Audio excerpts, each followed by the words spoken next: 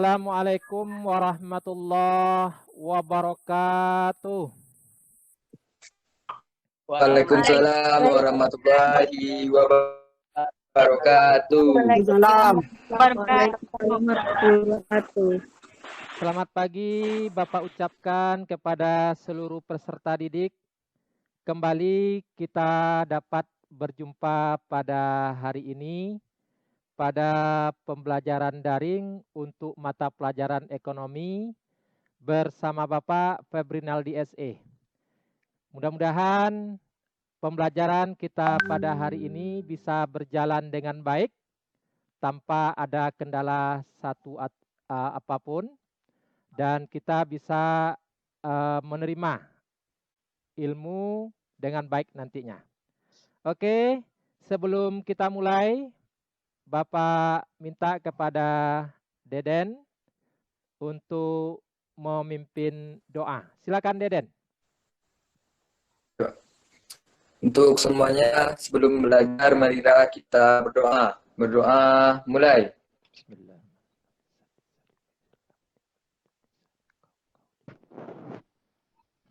Berdoa selesai. Oke, terima kasih kepada Deden yang telah memimpin doa. Dan selanjutnya Bapak akan melihat kehadiran kalian dari daftar Google Classroom dari presensi tanggal 23 November. Sudah 20 orang yang mengisi absen di Google Classroom. Mungkin di WA Group juga ada yang mengisi absen ya. Dan Bapak juga mengharapkan kalian pada hari ini dalam kondisi sehat karena kita masih dalam kondisi pandemi, maka yang harus jaga adalah 3M. Pertama, mencuci tangan. Yang kedua,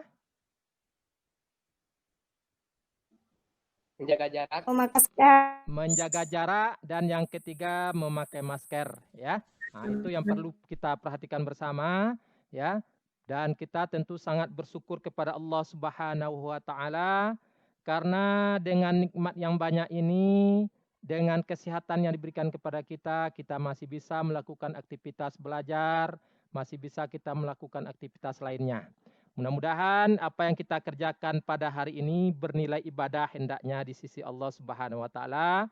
Amin amin ya rabbal alamin. Alamin. Oke. Amin. Peserta didik sekalian, Amin. minggu kemarin kita sudah mempelajari tentang jurnal dan buku besar. Coba, siapa di antara kamu yang bisa menyebutkan apa itu jurnal umum? Silakan. Saya, Pak. Oke, silakan. Jurnal umum merupakan media dalam proses akuntansi untuk menampung akun-akun transaksi. Oke, terima kasih. Ya, Asniati semangat ya. Coba satu lagi. Apa Imran, itu Pak. buku besar? Silakan. Buku besar atau ledger merupakan kumpulan akun untuk meringkas transaksi yang telah dicatat dalam jurnal. Buku besar dilakukan untuk mencatat akun harta, utang, modal, dan beban secara terperinci. Oke, terima kasih. Semangat ya. Nah, itu yang Bapak minta kepada kalian semangat dalam belajarnya ya. Baik, pada hari ini ya. Pada hari ini materi kita yang akan Bapak sampaikan adalah tahap pengitisaran ya dalam siklus akuntansi perusahaan jasa ya, yaitu tentang materi jurnal. Bapak ulangi, tentang materi neraca saldo dan jurnal penyesuaian ya. Nah, adapun KD kita pada hari ini ya. KD kita pada hari ini membuat laporan keuangan pada perusahaan jasa, IPK-nya 43.1, menyusun laporan keuangan pada perusahaan jasa dan menganalisis laporan keuangan pada perusahaan jasa. Kemudian selanjutnya tujuan pembelajaran melalui PJJ, pembelajaran jarak jauh atau daring, dengan memanfaatkan Google Meet, Google Classroom, WA Group, dan model problem based learning. Peserta didik dapat menganalisis siklus akuntansi perusahaan jasa dan kreatif dalam mengkomunikasikan pengetahuan dan keterampilan secara jujur, penuh tanggung jawab, toleransi, dan bisa saling berkomunikasi dengan baik. Peserta didik sekalian, Bapak minta kalian serius ya dalam pembelajaran hari ini.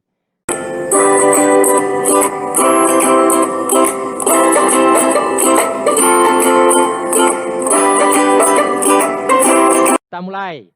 Ini pertemuan pertama kita, tahapan pengiktisaran akuntansi perusahaan jasa. Yang akan kita pelajari yang pertama adalah neraca saldo, yang kedua jurnal penyesuaian. Ya. Nah, sekarang kita mulai dari neraca saldo. Apa itu neraca saldo? Silakan.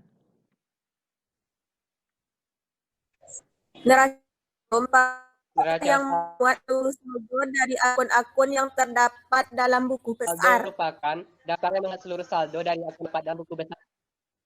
Oke, terima kasih ya. Nah, jadi neraca saldo itu adalah merupakan daftar yang memuat seluruh saldo dari akun-akun yang terdapat dalam buku besar. Jadi setelah kita membuat buku besar, nanti saldonya ada, maka saldo itulah yang kita pindahkan ke neraca saldo. Ya. Jadi kalau umpamanya kas saldonya debit 1 juta, kita pindahkan ke neraca saldo, akun kasnya, akun kas debit 1 juta. Gitu ya. Selanjutnya tujuan penyusunan neraca saldo. Silakan, apa tujuan kita menyusun neraca saldo? Oke. Saya Pak, Saya, tujuan penyusunan neraca saldo adalah untuk menguji apakah semua transaksi telah dipindahkan benar ke buku besar. Iya. telah mencerminkan transaksi yang sebenarnya sebelum dibuat ayat jurnal penyesuaian. Waduh, semangat ya, saling berebut untuk masuk ya. Oke, tidak masalah ya. Nanti supaya ditertibkan lagi ya. Ditertibkan lagi siapa yang menjawab ya, gantian. Oke. Ini karena semangat kalian ya, tidak masalah ya. Jadi tujuan penyusunan neraca saldo untuk menguji apakah semua transaksi telah dipindahkan dengan benar ke buku besar dan telah mencerminkan nilai transaksi yang sebenarnya sebelum dibuat ayat jurnal penyesuaian, ya kan? Jadi tahapannya buku besar itu betul enggak kita buat untuk mentesnya, menguji betul atau salahnya buku besar, maka dibuatlah neraca saldo, ya. Oke, lanjut. Bentuk neraca saldo, ya. Dari atas kita buat nama perusahaannya apa, kemudian neraca saldo, kemudian per akhir, berarti di sini per 30 Juni, per 31 Desember, ya. Jadi akhir bulan atau akhir tahun. Kemudian bentuknya seperti ini, ada kode akun, nama akun, kemudian jumlah. Debit 171 juta ini berasal dari buku besar yang kita buat sebelumnya. Ya, paham maksudnya ya? Bisa jelas? Jelas, Oke, Pak. nah, ini keterangan kolom, kode akun itu, kode masing-masing akun, nama akun, ya kan? Debit kredit itu jumlah. Oke, lanjut. Kemudian selanjutnya jurnal penyesuaian. Ya, silakan. Apa itu jurnal penyesuaian? Jurnal penyesuaian, jurnal untuk mengantisipasi agar angka-angka yang terdapat di laporan keuangan sesuai dengan keadaan sebenarnya agar tidak menyesatkan pengguna, maka terdapat tahapan dalam siklus akuntansi yang harus dilakukan untuk memperbarui akun-akun buku besar. Oke, terima kasih ya. Jadi pengertian jurnal penyesuaian itu adalah mengantisipasi seandainya ada mungkin laporan kita itu yang tidak sesuai dengan kondisi sebenarnya. Misalnya, ya kan, ada umpamanya gaji karyawan yang belum dibayar pada akhir bulan atau akhir tahun, ya kan?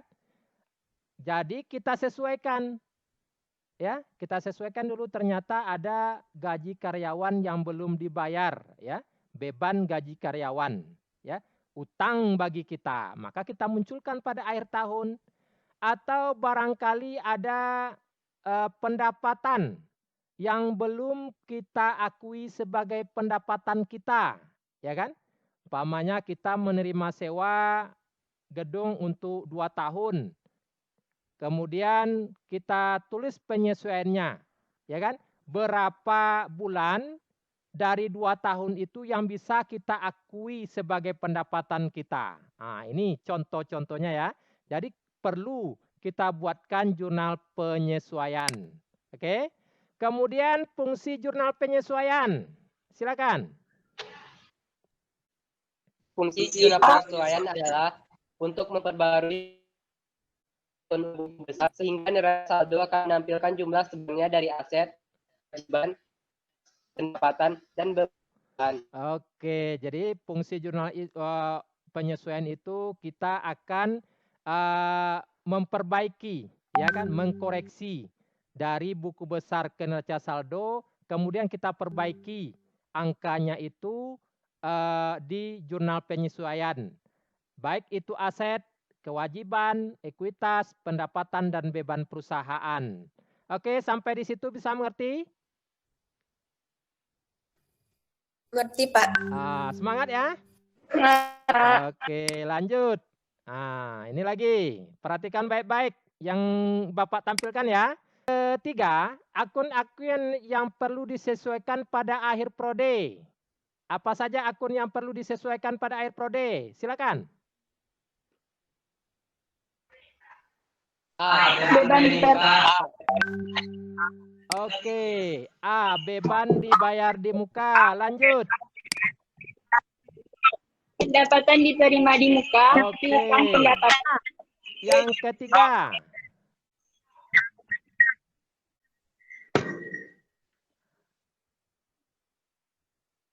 Halo? Piutang pendapatan. Ya. Piutang pendapatan atau pendapatan yang belum kita terima, begitu ya maksudnya ya. Lanjut. Yang keempat. Beban yang masih harus dibayar. Beban yang masih Harus dibayar. Terima kasih. Lanjut. Yang kelima. penyusutan aktiva tetap. Penyusutan aktiva tetap. Mantap. Lanjut. Pemakaian perlengkapan. Oke, beban pemakaian perlengkapan. Lanjut.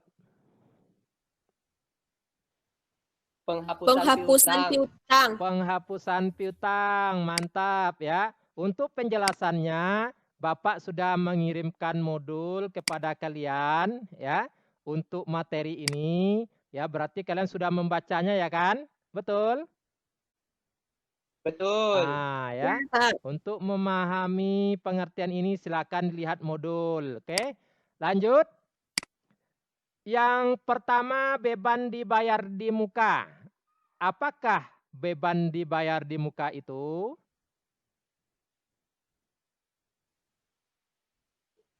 Beban dibayar di muka adalah transaksi yang awalnya dianggap sebagai aset ketika pertama kali dibayar, tetapi akan menjadi beban selama periode akuntansi berjalan.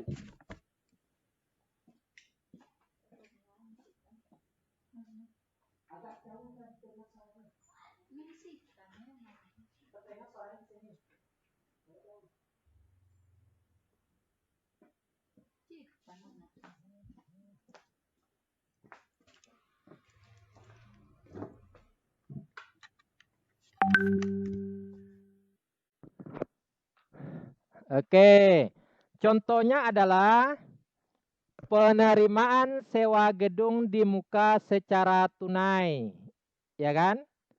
Dan premi asuransi yang diterima di muka oleh perusahaan, ya. Pendapatan diterima di muka. Lanjut. yang ketiga piutang pendapatan atau pendapatan belum diterima, ya. Berarti kita sudah punya hak atas pendapatan tersebut, tetapi belum kita catat, ya kan? Nah, ya. Kemudian metodenya ada dua, metode kewajiban atau utang, kemudian metode pendapatan. Lanjut yang keempat, apa yang keempat? Silakan. Halo? Beban yang masih harus dibayar. Beban yang masih harus dibayar, berarti utang beban, ya kan? Ini ya. Ya. Beban yang masih harus dibayar, ya. Kewajiban yang sudah terjadi tetapi belum dicatat atau belum dibayar, ya. Seperti gaji karyawan yang belum dibayarkan. Lanjut yang kelima. Penyusutan aktiva tetap. Penyusutan aktiva tetap. Apa maksudnya?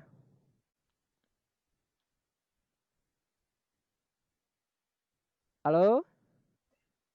Terdapat dua jenis penyusutan aset tetap, yaitu satu, penyusutan aset tetap berwujud yang disebut depresiasi.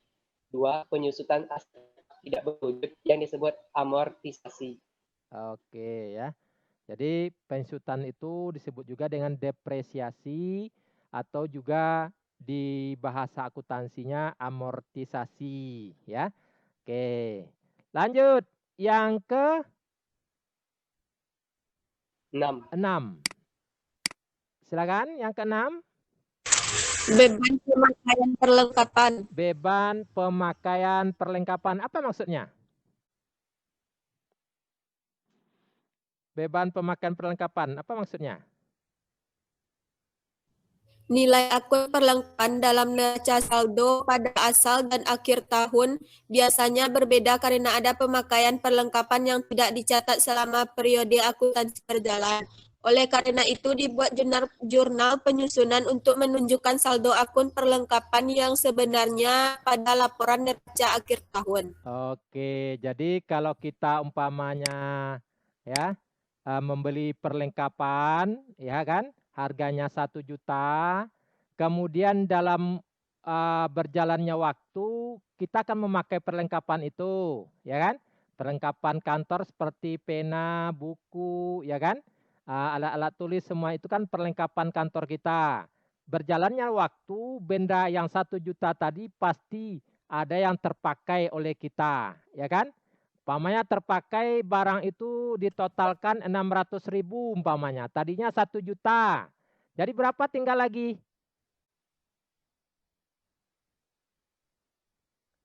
Halo? Yang tadinya perlengkapan itu 1 juta, sudah terpakai oleh kita 600.000. Berapa tinggal lagi? 400.000. 400.000 ya. Jadi begitu. Jadi yang 600.000 adalah beban kita karena sudah terpakai. Kemudian sisanya itu adalah sisa dari perlengkapan atau yang tidak terpakai. Sampai di sini masih bisa jelas suara Bapak? Jelas. Oke, yang lain mana ini? Tidak terdengar suaranya. Si Pak. Oke, ya. Semangat ya. Ini akun terakhir di jurnal penyesuaian kita pada hari ini yang memerlukan penyesuaian. Jadi kenapa piutang itu dihapus, ya kan? Karena langganan kita bangkrut atau melarikan diri atau meninggal. Apakah bisa kita tagih lagi? Bisa? Tidak. Tidak ya. Jadi karena itulah kita harus mencadangkan cadangan kerugian piutang. Ya, dari piutang usaha kita umpamanya 1 juta, di akhir tahun kita cadangkan umpamanya 1% dari 1 juta. Kalau 1% dari 1 juta berapa? 100.000, ya kan? Jadi bagaimana angka-angkanya itu Pak? Itu kita yang menaksir. Kita umpamanya apakah 1% atau 2% atau 10%. Ya, kita yang menaksir sendiri, kita menentukan sendiri. Oke, masih semangat? Mesti, Masih. Pak. Oke, Masih, lanjut Pak. ya. Pak. Kita lanjutkan. Nah, ini contoh kasus ya, kasus pencatatan jurnal penyesuaian ya untuk beban dibayar di muka. Nah, ini dia. Kasus beban dibayar di muka ya. Soalnya pada tanggal 1 Agustus 2020 dibayar sewa gedung untuk masa 2 tahun sebesar 24 juta rupiah.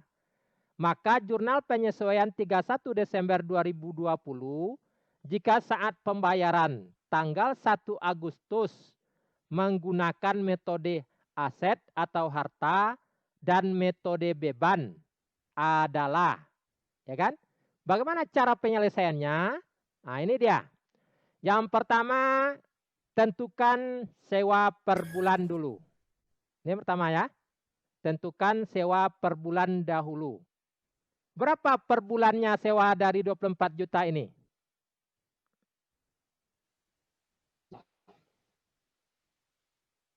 Berapa per bulannya? 1 juta. 1 juta. 1 juta. Oke ya, tetap fokus ya. Mohon fokus kita. Iya, Pak. Ya. Kemudian yang kedua, hitung berapa bulan dari tanggal kita membayar ke tanggal 31 Desember. Coba dihitung. Agustus ke 31 Desember berapa bulan? 4 bulan. 4. 5 bulan, ya kan? Agustusnya 5 masuk kan? dari Agustus. Ya, Agustus 1 Agustus, berarti masuk bulan Agustus 1. September, Oktober, November, Desember, 5 bulan ya. Ya kan? Bisa? Jelas? Bisa, Pak. Oke. Kemudian selanjutnya, buat jurnal umum saat tanggal pembayaran dengan metode aset dan metode beban, ya kan? Kalau saat kita menjurnal pertama, kita membuat sebagai harta atau sebagai beban saat kita membayar tanggal 1 Agustus ya. Kemudian langkah yang keempat, kita membuat jurnal penyesuaian 31 Desember 2020 dengan metode aset atau harta dan metode beban. Silakan Bapak tunggu, barangkali ada yang bisa menyelesaikan. Ya. Jurnal tanggal 1 Agustus dulu. 1 Agustus 2020, metode yang pertama sebagai harta. Ya. Apa jurnalnya? Silakan. Bapak tunggu 5 menit. Sebagai harta. Apa di debit, apa di kredit?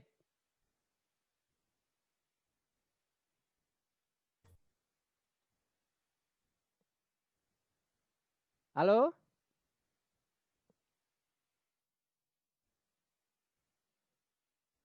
Ya, silakan. Kalau yang oke. Ya, silakan dicoba dulu. Salah tidak masalah, ya. Nanti kita perbaiki bersama. Ya. Silakan.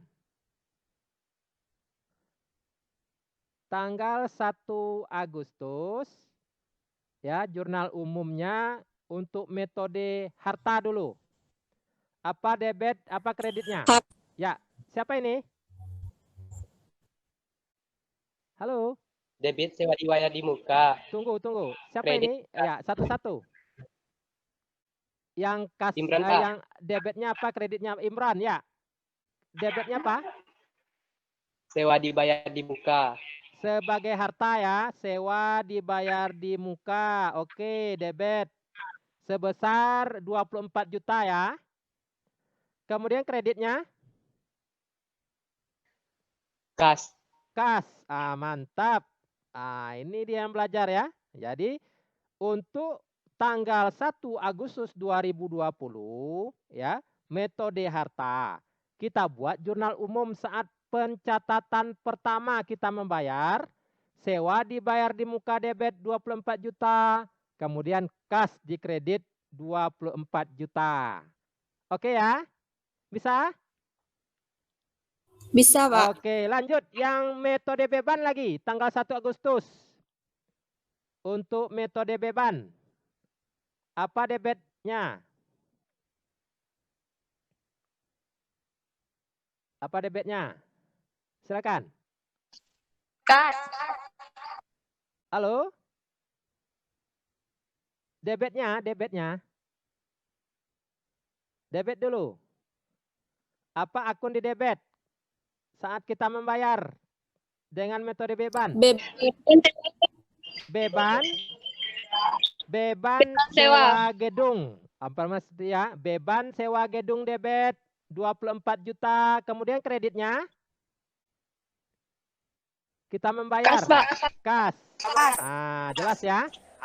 Jadi itu perlakuannya. Jelas. Sebagai harta, ya, kita mencatat sewa dibayar di muka debit, kemudian kas kredit. Sebagai beban, kita mencatat beban sewa, kas kredit. Selesai itu jurnal umumnya. Setelah itu, barulah kita buat jurnal penyesuaian 31 Desember dengan metode harta tadi, dengan metode beban tadi. Ya, kita mulai dulu dengan metode harta. 31 Desember jurnalnya. Silakan. Ada yang bisa? Beban sewa, Pak. Beban sewa debit harganya berapa? Berapa? 5 juta. 5 juta rupiah. Kemudian kreditnya? Sewa dibayar. Sewa dibayar di muka, ya 5 juta rupiah. Sewa Ya. dibayar. Ya oke, mantap ya seperti ini. Jadi bagaimana kita menentukannya, Pak?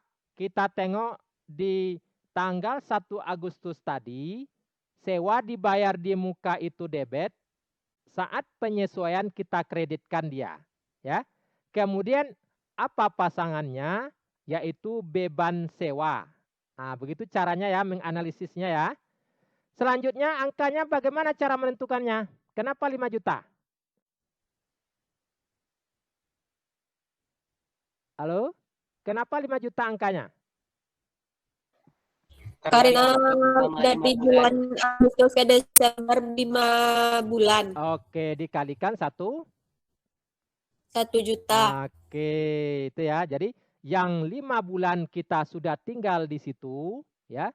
Kita bayar 1 Agustus, kemudian sampai 31 Desember kita sudah tinggal di situ selama 5 bulan, ya kan? Dari 2 tahun kita di situ sewa kita, 5 bulan kita sudah tinggal di situ, sudah kita pakai, makanya sudah menjadi beban buat kita, ya. Sebanyak 5 juta. Lanjut, jurnal penyesuaian untuk metode beban lagi. Ya, apa debitnya? Debit sewa dibayar di muka. Sewa dibayar muka debit. Sewa dibayar di muka. Beban sewa di kredit. Beban sewa kredit. Oke. Angkanya? 19 Oke, ya. Berarti 24 bulan dikurangi 5 bulan, berarti masih ada sebanyak 19 bulan lagi kita tinggal di situ atau kita menyelesaikan sewa kita. 1 juta dikali 19 bulan dapatlah 19 juta, ya. Sewa dibayar di muka debit, beban sewa kredit, ya. Ini hasilnya Bapak tampilkan, ya. Ini dia hasilnya, ya. Saat pembayaran 1 Agustus, ya, metode harta bisa kalian lihat di sini, ya. Kemudian saat penyesuaian 31 Desember, ya, sesuai dengan apa yang kalian sampaikan tadi. Ini metode harta. Kemudian selanjutnya metode beban, ya, saat pembayaran 1 Agustus 2020. Ini dia beban sewa debit, kas, ya. Kemudian saat penyesuaian sewa dibayar muka dan beban sewa. Oke. Selanjutnya, coba latihan lagi ya. Ini. Pada neraca saldo per 31 Desember 2020 terdapat akun perlengkapan kantor sebesar 5 juta. Jelas suara Bapak? Jelas, Pak. Oke. Setelah dicek fisik, perlengkapan kantor yang masih ada sebesar 2 juta rupiah. Buatlah jurnal penyesuaian 31 Desember 2020 untuk pemakaian perlengkapan. Silakan, Bapak tunggu 5 menit. Beban perlengkapan kantor berada di debit dan perlengkapan kantor berada di kredit. Oke, tidak sampai 5 menit. Hebat. Angkanya lagi. Berapa angkanya?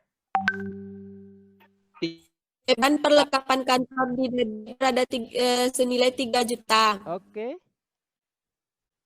Oke, Dan mantap ya. perlengkapan kantor di kredit 3 juta.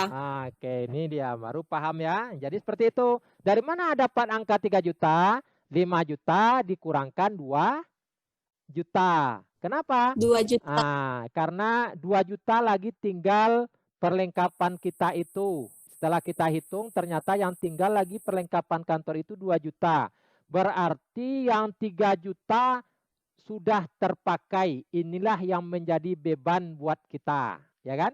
Beban perlengkapan kantor. Oke, sampai di situ tetap semangat ya. Halo? Ya, Ya. Ya. halo. Semangat ya. Kemudian ini jawabannya ya. Jawabannya beban perlengkapan kantor 3 juta, perlengkapan kantor 3 juta ya.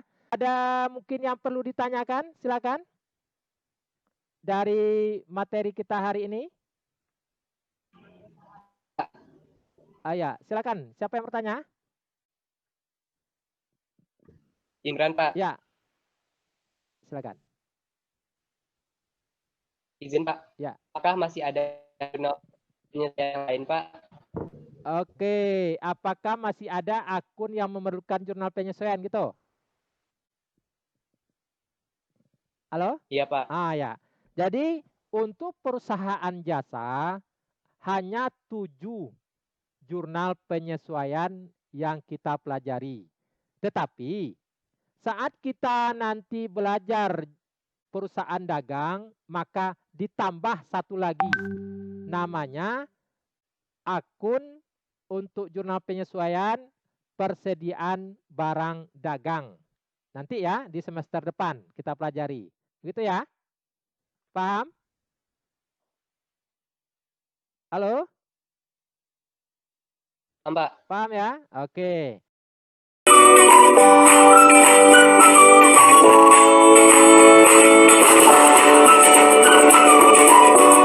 Baik, kita telah menyelesaikan materi kita pada hari ini. Maka dapat kita simpulkan dari pembelajaran hari ini bahwasannya neraca saldo adalah daftar yang memuat seluruh saldo dari akun-akun yang terdapat dalam buku besar. Ya. Kemudian tujuan penyusunan neraca saldo untuk menguji apakah semua transaksi telah dipindahkan dengan benar ke buku besar dan telah mencerminkan nilai transaksi yang sebenarnya sebelum dibuat ayat jurnal penyesuaian. Selanjutnya, jurnal penyesuaian adalah jurnal untuk mengantisipasi agar angka-angka yang terdapat di laporan keuangan sesuai dengan keadaan sebenarnya agar tidak menyesatkan pengguna. Maka terdapat tahapan dalam siklus akuntansi yang harus dilakukan untuk memperbaharui akun-akun buku besar, yaitu penyusunan jurnal penyesuaian. Kemudian selanjutnya, akun yang memerlukan penyesuaian ada 7, beban dibayar di muka, pendapatan diterima di muka, piutang pendapatan, beban yang masih harus dibayar, penyusutan aktiva tetap, pemakaian perlengkapan, dan penghapusan piutang. Ya. Selanjutnya, ya, Bapak ingin bertanya lagi kepada kalian, ya, dari materi tadi, ya, sebelum kita tutup, ya, untuk materi tentang neraca saldo dan jurnal penyesuaian, apa itu neraca saldo? Silakan.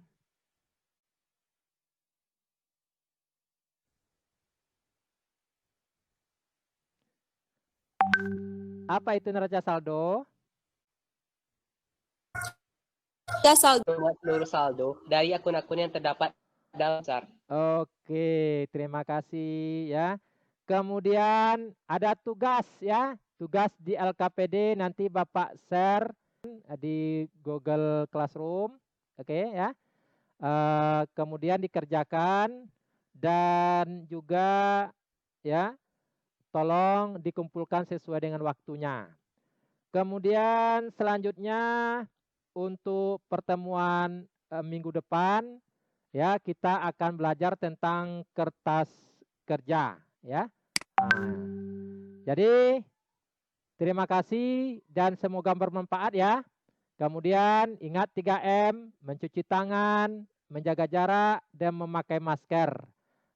Dan sebelum kita akhiri kepada Deden untuk menutup doa. Halo? Ya, Pak. Ya, silakan Deden. Untuk mengakhiri pembelajaran kita hari ini, mengucapkan Alhamdulillahirrahmanirrahim. Alhamdulillahirrahmanirrahim. Alhamdulillah. Terima kasih sekali lagi kepada seluruh peserta didik yang telah aktif dalam pembelajaran hari ini. Ya, Bapak ucapkan maaf yang sebesar-besarnya jika ada kesalahan dalam penyampaian ini. Ya, dan Bapak akhiri dengan billahi taufiq wal hidayah. Assalamualaikum warahmatullahi wabarakatuh. Waalaikumsalam warahmatullahi wabarakatuh.